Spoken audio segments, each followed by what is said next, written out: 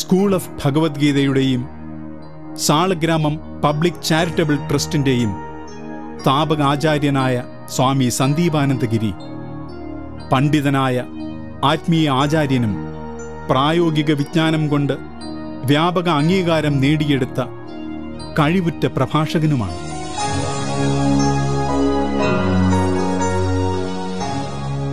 ആധ്യാത്മികത എന്നുള്ളത് മിക്കവാറും ഒരു കപടമായ ഒരു പ്രകടനമായി തീർന്നുകൊണ്ടിരിക്കുന്ന കാലമാണിത്.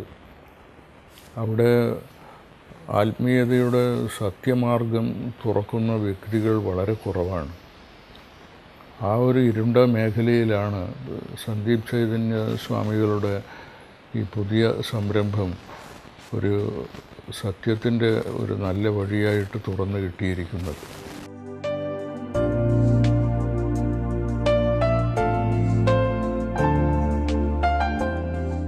ആയിരത്തി 1966 കോഴിക്കോട് ജില്ലയിൽ ജനിച്ച സ്വാമിജി അറിയപ്പെട്ടിരുന്നത് തുളസീദാസ് എന്ന നാമധേയത്തിലാണ്. അക്കാദമിക് പഠനങ്ങൾ പൂർത്തീകരിച്ച ശേഷം വേദശാസ്ത്രങ്ങളിലും പാരമ്പര്യങ്ങളിലും അത്യധികം ആകൃഷ്ടനായ അദ്ദേഹം ഒരു സന്നദ്ധ സേവകനായി ചിന്മയ മിഷനിൽ ചേരുകയുണ്ടായി.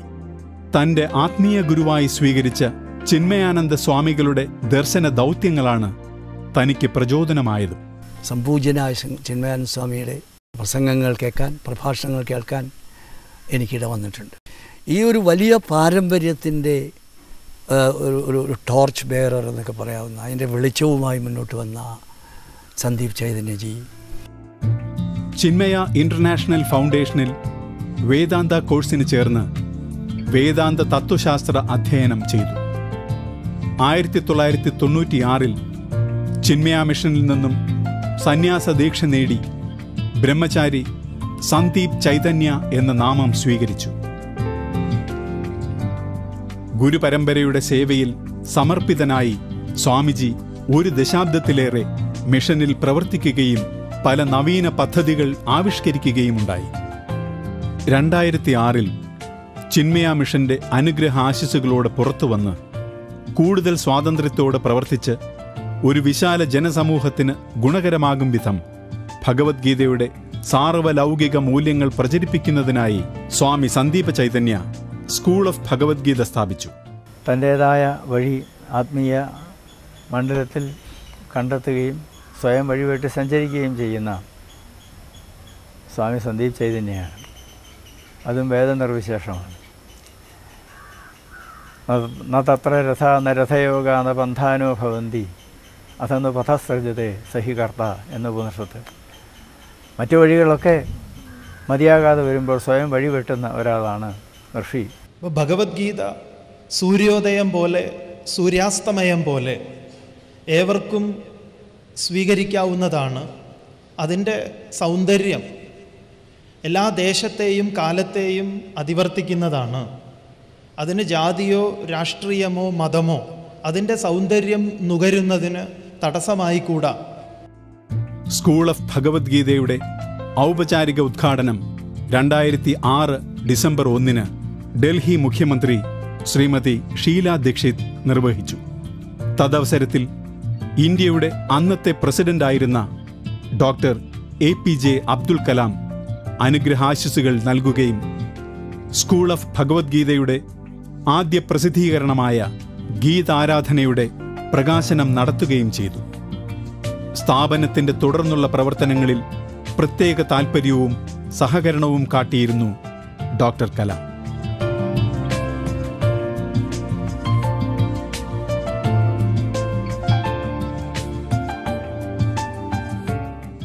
സ്കൂൾ ഓഫ് ഭഗവത്ഗീതയുടെ മുഖ്യ കേന്ദ്രമായ സാളഗ്രാമം ആശ്രമത്തിന്റെ ശിലാസ്ഥാപനം 2007 ജാനുവരി 1 ബ്രഹ്മനിഷ്ഠൻ പ്രൊഫസർ G. ബാലകൃഷ്ണൻ നായർ അവർകളാൽ നിർവഹിക്കപ്പെട്ടു.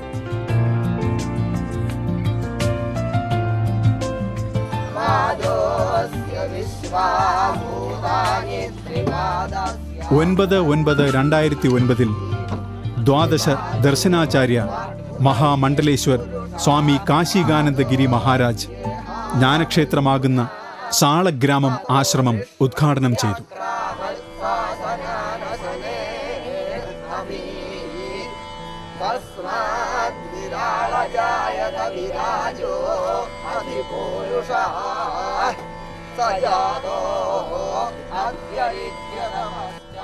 സാളഗ്രാമം ജ്ഞാനക്ഷേത്രം എന്ന പേരിലാണ് അറിയപ്പെടാൻ പോകുന്നത്.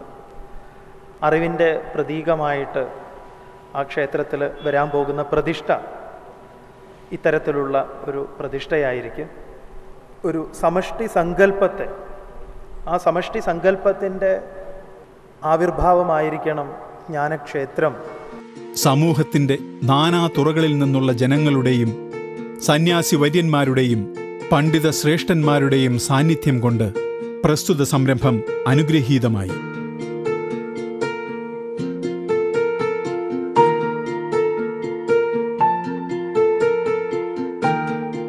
ഒരു വലിയ കാൽവെപ്പാണ് ഇന്നിവിടെ ആരംഭിച്ചിട്ടുള്ളത്. സാക്ഷാൽ ഈ ഗീതയുടെ എല്ലാം അതിൻ്റെ മുഴുവൻ മൂലാധാരമായിട്ടുള്ള സാക്ഷാൽ വേദത്തെ തന്നെ ഇവിടെ പ്രതിഷ്ഠിച്ചുകൊണ്ട് നമ്മുടെ റൂട്ടുകളിലേക്ക്, അടിവേരുകളിലേക്ക് തന്നെ പോകാൻ ചെറുപ്പക്കാർക്ക്, വിജ്ഞാന കുതുകികളായിട്ടുള്ള ആൾക്കാർക്ക് അവസരമുണ്ടാക്കാനുള്ള ഒരു സംരംഭമാണ് ഇവിടെ തുടങ്ങിയിട്ടുള്ളത്.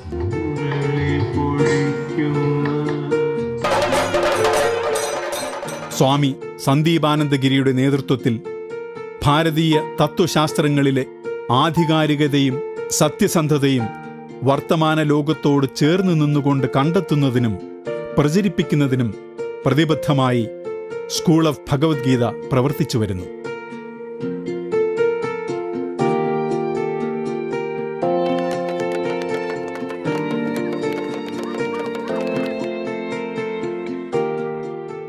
സ്വാമി സന്ദീപ് ചൈതന്യ ചെയ്യുന്ന ഒരു മഹത്തായ കർമ്മം തന്നെയാണ്. പ്രത്യേകിച്ച് സ്വാമിയുടെ മുൻപുള്ള പല പ്രഭാഷണങ്ങളും തുടർച്ചയായിട്ടല്ലെങ്കിലും പലപ്പോഴും കേട്ടിട്ടുണ്ട്. അദ്ദേഹത്തിൻ്റെ ശൈലിയെക്കുറിച്ച് പറയുകയാണെങ്കിൽ ഒരു കവിത, ഒരു ഗദ്യ കവിത പോലെയാണ് പലപ്പോഴും എനിക്ക് തോന്നിയിട്ടുള്ളത്. സ്വാമി സന്ദീപ് ചൈതന്യ 2010 മാർച്ച് മാസം ഹരിദ്വാറിൽ കുംഭമേളയോടനുബന്ധിച്ച് നടന്ന സന്യാസ ദീക്ഷ ചടങ്ങിൽ വച്ച് അനുഗ്രഹീത സ്വാമി കാശികാനന്ദഗിരി മഹാരാജിൽ നിന്നും സ്വാമി സന്ദീപാനന്ദഗിരി എന്ന നാമധേയത്തിൽ സന്യാസ ദീക്ഷ സ്വീകരിച്ചു.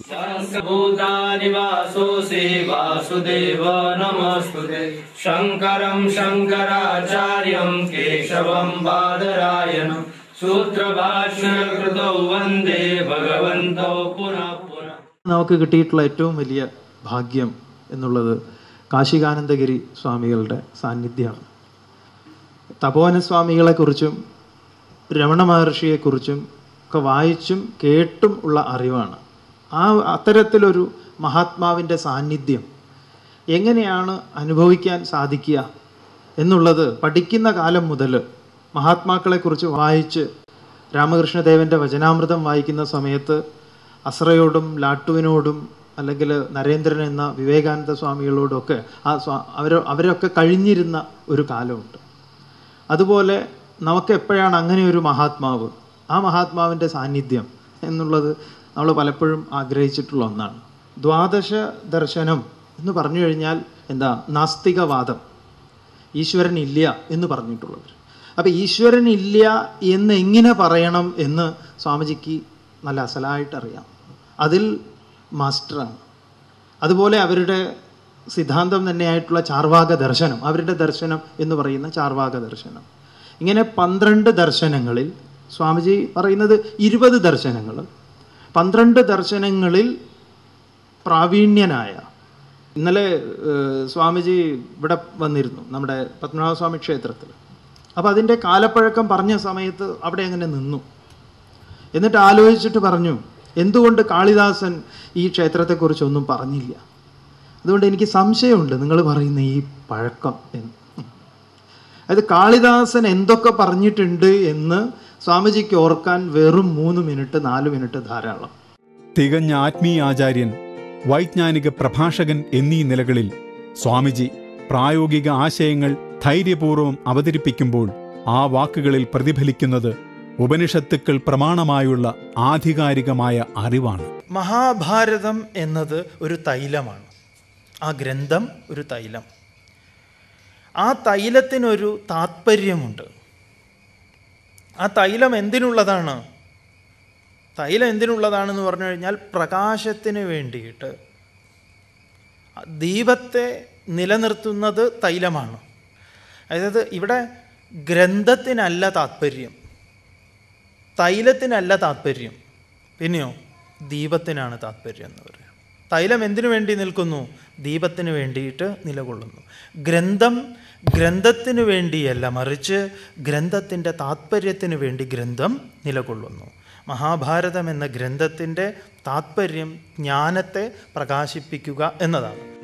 പൊതുസമൂഹത്തിന് മുന്നിലും പൊതുവേദികളിലും തൻ്റെ ഈ വിജ്ഞാനം പങ്കുവയ്ക്കുക എന്നുള്ളതാണ് സ്വാമിജി ഏറ്റെടുത്തിരിക്കുന്ന ദൗത്യം. ലളിതമായി ഭഗവത്ഗീത പാരായണം ചെയ്യുകയും അതിൻ്റെ അർത്ഥം വളരെ സാധാരണക്കാരായ ആളുകൾക്ക് മനസ്സിലാവുന്ന രീതിയിൽ അവതരിപ്പിക്കുകയും ചെയ്യാറുണ്ട്. പലപ്പോഴും സ്വാമിയെ എപ്പോഴെങ്കിലും കാണണം എന്ന് ഞാൻ വിചാരിക്കാറുണ്ട്. 2003-2004 തിരുവനന്തപുരത്ത് ആയിരങ്ങളെ സാക്ഷി നിർത്തി അദ്ദേഹം നടത്തിയ 108 ദിവസം നീണ്ടുനിന്ന അഖണ്ഡ ഗീതായജ്ഞം ഇത്തരത്തിലുള്ള സംരംഭങ്ങളെക്കുറിച്ച് രേഖീയമായ ചരിത്രത്തിൽ ആദ്യത്തേതായിരുന്നു. സമാന രീതിയിലൊന്ന് 2005 എറണാകുളത്തും സമ്പൂർണ്ണ ഗീതാജ്ഞാനയജ്ഞം എന്ന പേരിൽ സംഘടിപ്പിക്കപ്പെട്ടു. കേരളത്തിലെ പല ടെലിവിഷൻ ചാനലുകളും ആവർത്തിച്ച് പ്രസ്തുത പ്രഭാഷണ പരമ്പര പ്രക്ഷേപണം ചെയ്യുകയുണ്ടായി. തദ്വാര ആശ്രമങ്ങളിലും ഒരു ന്യൂനപക്ഷത്തിൻ്റെ ഇടയിലും ഒതുങ്ങി നിന്നിരുന്ന ശാസ്ത്ര പഠനം സാധാരണക്കാരുടെ ഗ്രഹങ്ങളിലേക്ക് എത്തിക്കപ്പെട്ടു. What I feel is he is the one who can bring Gita from the shelf to the self. നമ്മുടെ ഋഷി പരമ്പരകൾ നൽകിയ കാലാതീതമായ വിജ്ഞാനം സാമാന്യ ജനങ്ങളിൽ എത്തിക്കാനായി ആധുനിക സാങ്കേതിക വിദ്യകളെയും ടെലിവിഷൻ, നവമാധ്യമങ്ങളായ യൂട്യൂബ്, ഫേസ്ബുക്ക് തുടങ്ങിയവയും ഫലവത്തായി അദ്ദേഹം ഉപയോഗിച്ചു വരുന്നു. ദൈവദശകം, ആത്മോപദേശ ശതകം എന്നിവയുടെ വ്യാഖ്യാനത്തിലൂടെ സ്വാമിജി നാരായണ ഗുരു എന്ന യഥാർത്ഥ ഋഷിയെ രാജ്യത്തിലെ ജനങ്ങൾക്ക് കാട്ടിക്കൊടുത്തു. സ്വാമിജിയുടെ ആത്മോപദേശ ശതകത്തിൻ്റെ വ്യാഖ്യാനങ്ങളും അതിൽ നിന്ന് ഉരുത്തിരിഞ്ഞ് ജനഹൃദയങ്ങളിൽ ചെയ്യുന്ന ആശയങ്ങൾ, ദർശനങ്ങൾ ഇത്രയധികം അഗാധതയിലുള്ളതാണെന്ന് സ്വാമിജിയുടെ പ്രഭാഷണത്തിലൂടെയാണ് ഞങ്ങളെ കൂട്ടുള്ളവർക്ക് മനസ്സിലാക്കാൻ സാധിക്കുന്നത്. ഇതൊരു വിഭാഗത്തിൻ്റേത് മാത്രമാണെന്നുള്ള ധാരണ മാറ്റിക്കൊണ്ട് ഗുരു ഒരു വിശ്വഗുരുവാണെന്ന് സ്വാമി സന്ദീപ് ചൈതന്യ ഈ ജ്ഞാനയജ്ഞത്തിലൂടെ തെളിയിച്ചു. ആത്മോപദേശ ശതകത്തിന് കേരളത്തിലെ പ്രമുഖ 10 കവികളുടെ പങ്കാളിത്തമുണ്ടായിരുന്നു എന്നതും ശ്രദ്ധേയമാണ്. ശ്രീനാരായണ ഗുരുവിൻ്റെ ആത്മോപദേശ ശതകം മലയാള കവിതയാണെങ്കിലും വേദത്തെ പോലെ മഹത്തായ ഉക്തികളാണ്. അതിൻ്റെ അർത്ഥം വളരെ പണ്ഡിതന്മാരായ ആളുകൾക്ക് പോലും പെട്ടെന്ന് പറയാൻ സാധ്യമല്ല. അത്രയും നിഗൂഢമായ അർത്ഥമുള്ള ആ കാവ്യത്തിൻ്റെ ഓരോ ശ്ലോകങ്ങളും വിശദമായി വ്യാഖ്യാനിച്ച് സാധാരണ ജനങ്ങളിലേക്ക് പകർത്തി കൊടുക്കുക എന്നുള്ളതാണ് സ്വാമി സന്ദീപ് ചൈതന്യ ചെയ്യുന്ന ഈ വ്യാഖ്യാന പ്രഭാഷണത്തിൻ്റെ ഉദ്ദേശം. നമ്മുടെ മലയാള ഭാഷയിലുണ്ടായിട്ടുള്ള അതിവിശിഷ്ടമായ ആത്മോപദേശ ശതകത്തിൻ്റെ ഉൾപ്പൊരുളുകൾ ശ്രോതാക്കൾക്ക് മനസ്സിലാക്കുന്നതിനും അത് അവരുടെ സഞ്ചിത സംസ്കാരത്തിലേക്ക് സമന്വയിക്കുന്നതിനും വളരെയധികം സഹായകമാകും എന്ന് ഞാൻ പ്രതീക്ഷിക്കുന്നു. ദുബായിലെ ഇന്ത്യൻ കൗൺസിലേറ്റ് ഹാളിൽ സംഘടിപ്പിക്കപ്പെട്ട 45 ദിനങ്ങൾ നീണ്ട the art of man making എന്ന പരിപാടി ഒരു നാഴികക്കല്ലായി. അതിലൂടെ UAE-യുടെ ചരിത്രത്തിലാദ്യമായി ഭഗവത്ഗീത സമ്പൂർണമായി പ്രഭാഷണം ചെയ്യപ്പെട്ടു. ഈ യോഗ സമന്വയത്തിൽ കൂടി പൂർണ്ണ മനുഷ്യനെ നിർമ്മിക്കുക എന്നുള്ള ലക്ഷ്യത്തോടു കൂടിയാണ് മനുഷ്യ നിർമ്മാണം എന്ന കലയെ ആസ്പദമാക്കി സ്വാമിജി 45 ദിവസം നീണ്ടു നിൽക്കുന്ന ഈ പ്രഭാഷണ പരമ്പര ഇവിടെ അവതരിപ്പിക്കുന്നത്. സ്വാമി സന്ദീപ് ചൈതന്യ അദ്ദേഹത്തിൻ്റെ ജീവിതം ഈ സന്ദേശം പ്രചരിപ്പിക്കാൻ വേണ്ടി ഒഴിഞ്ഞു വെച്ചിട്ടുള്ള ജീവിതമാണ്. ഉത്തുംഗജ്ഞാനമയം സുദർശനമയം ചാരിത്ര തേജോമയം മാംഗല്യം മഹിമം സ്വയംഭൂ സുഖി. ഞാൻ മംഗളമുള്ളവനാണ്. മാംഗല്യം സ്വയംഭൂ, ഞാൻ സ്വയമായി ഉണ്ടായവനാണ്. സുഖി, ഞാൻ സുഖിയാണ്. നിർബാധം നിരാപേക്ഷ ഇത് ഞാനാണ്. അതാണ് മനുഷ്യൻ. ആ മനുഷ്യനൊന്നും നശിപ്പിക്കില്ല, അവനെല്ലാം ഉണ്ടാക്കും. ആ മനുഷ്യനെ കണ്ടെത്താൻ, ആ മനുഷ്യനെ സൃഷ്ടിക്കാൻ സ്വാമിജി നടത്തുന്ന ഗീതാ യജ്ഞ പരമ്പര സാർത്ഥകമാവട്ടെ എന്നാണ് എൻ്റെ പ്രാർത്ഥന. ബഹുമാനപ്പെട്ട നമ്മുടെ സന്ദീപ് ചൈതന്യജി, നിങ്ങളിൽ ഭഗവത്ഗീതയുടെ സ്നേഹം, അതിലെ കാരുണ്യം ഞാൻ മുമ്പ് പറഞ്ഞു, അത് ഒരു സംക്ഷിപ്ത ജീവിത പാഠപദ്ധതിയാണ്. ആ പദ്ധതി നിങ്ങളുടെ മനസ്സിലേക്ക് ഇഴുകിച്ചെന്ന് നിങ്ങളുടെ മനസ്സ് വളരെ ക്ലിയറാക്കുകയും നമ്മുടെ ഭാവി തലമുറയിൽ നമ്മുടെ കുട്ടികളെ അത് പഠിപ്പിക്കുകയും അവരിൽ ആത്മീയ വിശ്വാസം, ആത്മീയത കുറവായതുകൊണ്ടാണ് ഇന്ന് ലോകത്തിൽ സംഭവിക്കുന്ന എല്ലാം. ഗീതാജ്ഞാനയജ്ഞം എന്ന പ്രഭാഷണ പരമ്പര അബുദാബി, മറ്റ് അറബ് രാജ്യങ്ങൾ, UK, Canada, USA, Singapore, Malaysia, Australia തുടങ്ങിയ ലോകത്തിന്റെ വിവിധ ഭാഗങ്ങളിൽ സ്വാമിജിയാൽ സംഘടിപ്പിക്കപ്പെട്ടപ്പോൾ അത് ഭഗവത്ഗീതയുടെ ആഗോള സ്വീകാര്യത ഒന്നുകൂടെ തെളിയിച്ചു.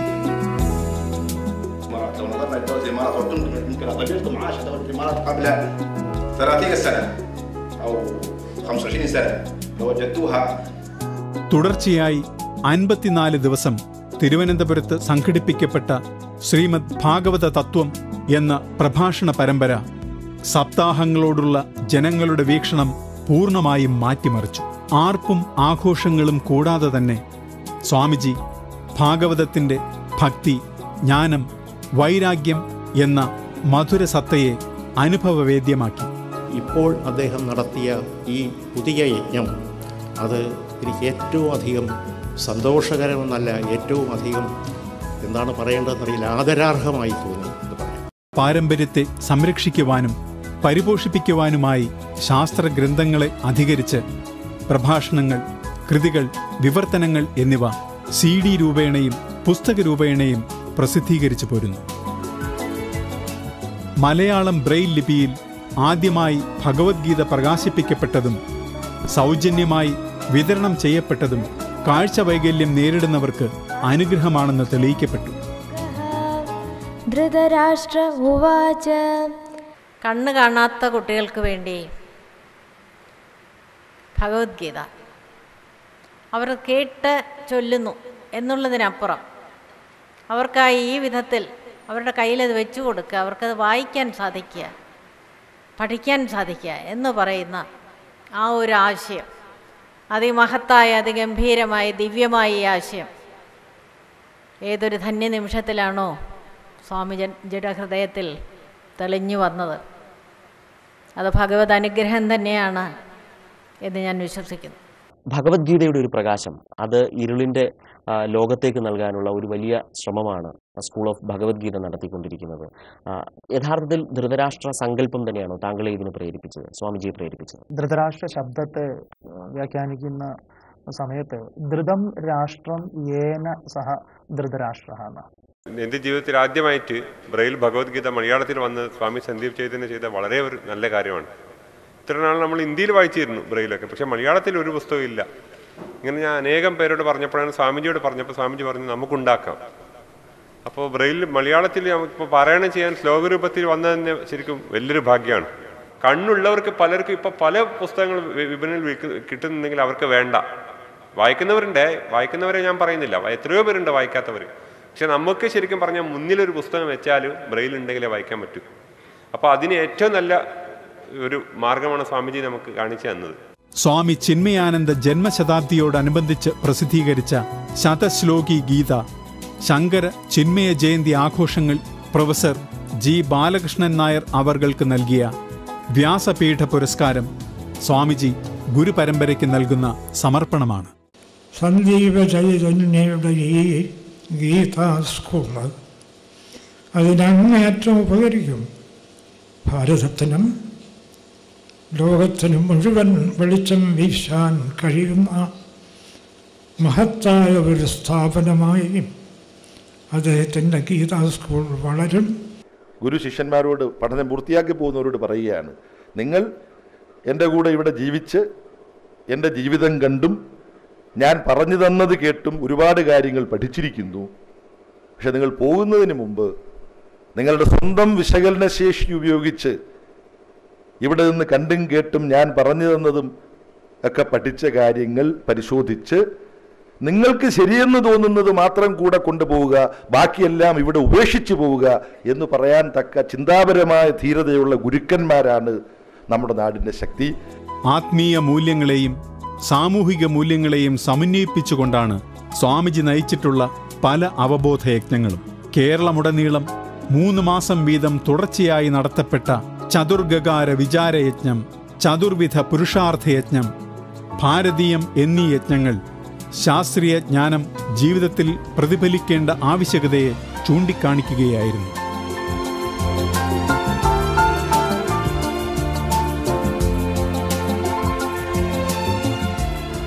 നല്ലപോലെ കുക്ക് ചെയ്ത് തന്നാൽ എല്ലാവർക്കും സാധനം ഒന്ന് തന്നെയാണെങ്കിലും ആരെങ്കിലും കുക്ക് ചെയ്ത് തരുമ്പോൾ അത് കഴിച്ചു കഴിഞ്ഞാൽ വീണ്ടും കഴിക്കണമെന്ന് തോന്നും. അങ്ങനെ കഴിക്കണമെന്ന് തോന്നിയത് ഈ സ്വാമിയുടെ പ്രഭാഷണങ്ങൾ കേട്ടതിന് ശേഷമാണ്. അതിനെനിക്ക് സ്വാമിയോട് വളരെയധികം കടപ്പാടുണ്ട്, വളരെ നന്ദിയുണ്ട്.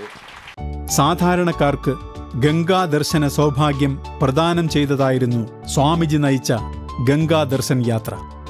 നദീജല സംരക്ഷണമെന്ന സന്ദേശം കൂടി വഹിച്ചുകൊണ്ടായിരുന്നു ഈ യാത്ര. കേരളത്തിൽ നിന്നും പ്രത്യേക തീവണ്ടിയിൽ യാത്ര ചെയ്ത ആയിരക്കണക്കിന് ആളുകൾക്ക് ഇത് ജന്മസാഫല്യമേകി.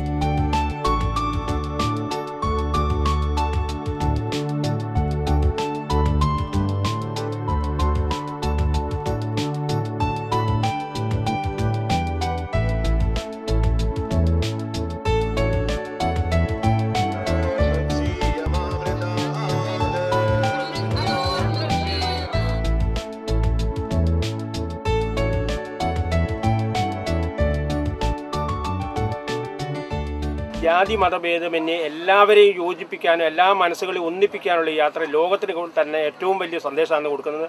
മനുഷ്യരെല്ലാം ഒന്നാണ് എന്നുള്ള രീതിയിലേക്കാണ് കാര്യങ്ങൾ എത്തി വരുന്നത്. ഒരിക്കലും പ്രതീക്ഷിക്കാത്ത ഒരു നല്ലൊരു അനുഭവമാണ് ഞങ്ങൾക്ക് ഗംഗയിൽ മുങ്ങിയപ്പോൾ കിട്ടിയത്. സ്വാമിജി അങ്ങനെ ഒരു കാര്യം ചെയ്തുകൊണ്ട് എത്രയോ ആൾക്കാർക്ക് അതൊരു വലിയ പുണ്യം. സാധാരണക്കാരനായിട്ടുള്ള ആളുകൾക്ക് ഇങ്ങനെ ഒരു യാത്രയിൽ വരിക എന്ന് പറഞ്ഞു കഴിഞ്ഞാൽ വളരെ ചിലവേറിയ ഒരു യാത്രയാണ്. നമ്മൾ പല ട്രാവൽ ആൻഡ് ടൂറിസം പരിപാടിയിലൊക്കെ അന്വേഷിച്ചപ്പോൾ അപ്പോൾ സ്വാമിജിയുടെ ഈ ചതുർഗകാര പ്രോഗ്രാം കാണാൻ പോയപ്പോൾ ഒരു 3500 രൂപയ്ക്ക് ഇത്രയും ദിവസത്തെ യാത്ര, താമസം, ഭക്ഷണം ഒക്കെ എന്ന് കേട്ടപ്പോൾ അത് വരാനുള്ള ഒരു പ്രചോദനം.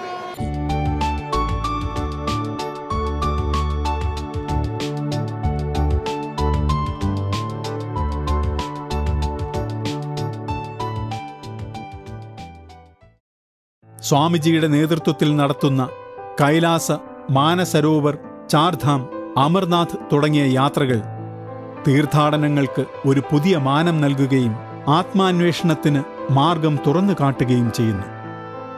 പ്രകൃതിയെയും നമ്മുടെ പൈതൃകത്തെയും അടുത്തറിയാനുള്ള അവസരം കൂടിയാണ് ഈ യാത്രകൾ. ആത്മീയ ഗുരുക്കന്മാർക്ക് സമൂഹത്തിൽ നിറവേറ്റേണ്ടതായി വലിയ ഉത്തരവാദിത്തങ്ങളുണ്ട്. അനാചാരങ്ങളും അന്ധവിശ്വാസങ്ങളും തുടച്ചുമാറ്റി ആരോഗ്യപൂർണവും ശാസ്ത്രമൂല്യങ്ങൾക്ക് ഉതകുന്നതുമായ സമൂഹത്തിൻ്റെ വളർച്ചയ്ക്ക് സാഹചര്യമുണ്ടാക്കുക എന്നതാണ് ഇതിൽ പ്രധാനം. ഏലസിൻ്റെ പിറകിലെ മനഃശാസ്ത്രം, ഏലസ് എന്താണെന്ന് ശരിക്കും പറഞ്ഞാൽ പണ്ട് കാലത്ത് വൈദ്യന്മാർ കെട്ടിയിരുന്നതാണത്.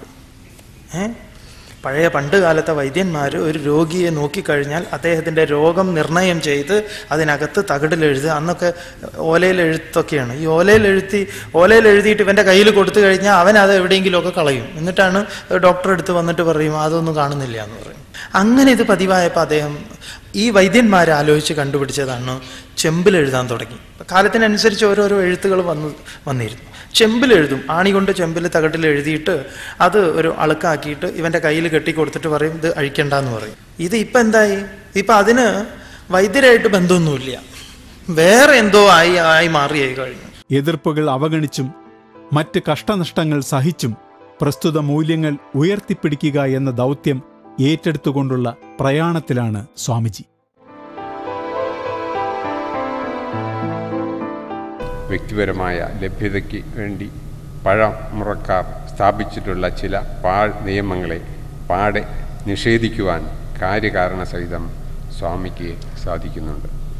ധന്യമായ ആചാര്യാനുഷ്ഠാനങ്ങൾ മാഫിയാവൽക്കരിക്കുന്നതിലും ഈശ്വരാനുഗ്രഹം ചിലർ വിൽപ്പന നടത്തുന്നതും സ്വാമി സന്ദീപ് ചൈതന്യ യുക്തിയുക്തം സമർത്ഥിച്ചിട്ടുണ്ട്. ആധ്യാത്മിക മേഖല കൂലംകഷണമായി പഠിച്ച് യഥാർത്ഥ വസ്തുക്കളെ സാധാരണക്കാർക്ക് മനസ്സിലാകുന്ന വിധം വ്യാഖ്യാനിച്ചു കൊടുക്കുവാനുള്ള ഒരു ശ്രമമാണ് സ്വാമി ചൈതന്യ ചെയ്യുന്നത്. ഒരു പ്രത്യേക ഗ്രൂപ്പിൻ്റെ അവകാശത്തിൽ ക്ഷേത്രാചാരങ്ങളും ഭരണവും നൽകിയാൽ അവർ അതിൽ വ്യാപൃതരായി ധനമാർഗത്തിന് വേണ്ടി ശ്രമിക്കുമെന്ന് സംശയമില്ല എന്ന് മിക്ക സ്ഥലങ്ങളിലും തെളിയിച്ചിട്ടുള്ളതാണ്. ഈ മാഫിയ പ്രവർത്തനത്തിൽ നിന്നും ആധ്യാത്മിക ജീവിതത്തെ രക്ഷപ്പെടുത്തുവാൻ കഠിന പ്രയത്നം ആവശ്യമാണ്.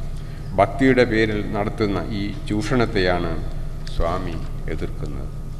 മൂല്യങ്ങളിൽ ഉറച്ചു നിന്നുകൊണ്ട് തന്നെ ആധുനിക ജീവിതത്തിൽ വിജയകരമായി വർത്തിക്കാൻ പോകുന്ന തലമുറയെ മുന്നിൽ കണ്ടുകൊണ്ടാണ് കുട്ടികൾക്കായി സ്വാമിജി വിഭാവനം ചെയ്യുന്ന പദ്ധതികൾ.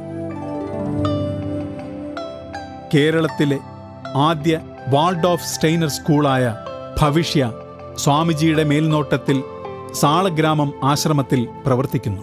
ഭാരതീയ ഗുരുകുല സമ്പ്രദായത്തിനെ അടിസ്ഥാനമാക്കി വിദ്യാഭ്യാസ രംഗത്ത് ലോകത്തിലെ പ്രഗത്ഭരുടെ മാർഗദർശനവും ഉൾപ്പെടുത്തിയാണ് ഭവിഷ്യയുടെ പ്രവർത്തന ശൈലി. മതസൗഹാർദ്ദത്തിനു വേണ്ടി സജീവമായി പ്രവർത്തിക്കുന്ന വ്യക്തിത്വമാണ് സ്വാമി സന്ദീപാനന്ദഗിരി. 2009 ലോക മതസമ്മേളനത്തിന് മുന്നോടിയായി തിരുവനന്തപുരത്ത് സംഘടിപ്പിച്ച പ്രീ പാർലമെന്ററി സമ്മിറ്റ് അന്തർദേശീയ തലത്തിൽ ആത്മീയ ചർച്ചകൾക്ക് വേദിയൊരുക്കി. തുടർന്ന് ഓസ്ട്രേലിയയിൽ മെൽബണിൽ നടന്ന പാർലമെന്റ് ഓഫ് വേൾഡ്സ് റിലിജിയൻസിൻ്റെ ഉദ്ഘാടനത്തിൽ സ്വാമിജി ഹിന്ദുധർമ്മത്തെ പ്രതിനിധീകരിക്കുകയും hearing each other healing the world എന്ന വിഷയത്തെ ആസ്പദമാക്കി സംസാരിക്കുകയും ചെയ്തു. Swami Sandeep Chaitanya, followed by a prayer. Om Purnamada Purnamidam Purnat Purnamudachyate Purnasya Purnamadaya Purnamevavashishyate. Om Shanti Shanti Shanti.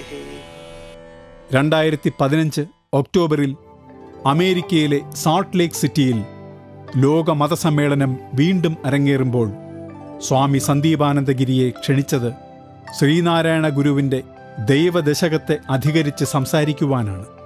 ഇത് ഗുരുപരമ്പരയ്ക്കുള്ള സമർപ്പണമെന്നതിനൊപ്പം ഭാരതത്തിൻ്റെ ആത്മീയതയ്ക്കുള്ള അംഗീകാരമായി കരുതുന്നു സ്വാമി സന്ദീപാനന്ദഗിരി.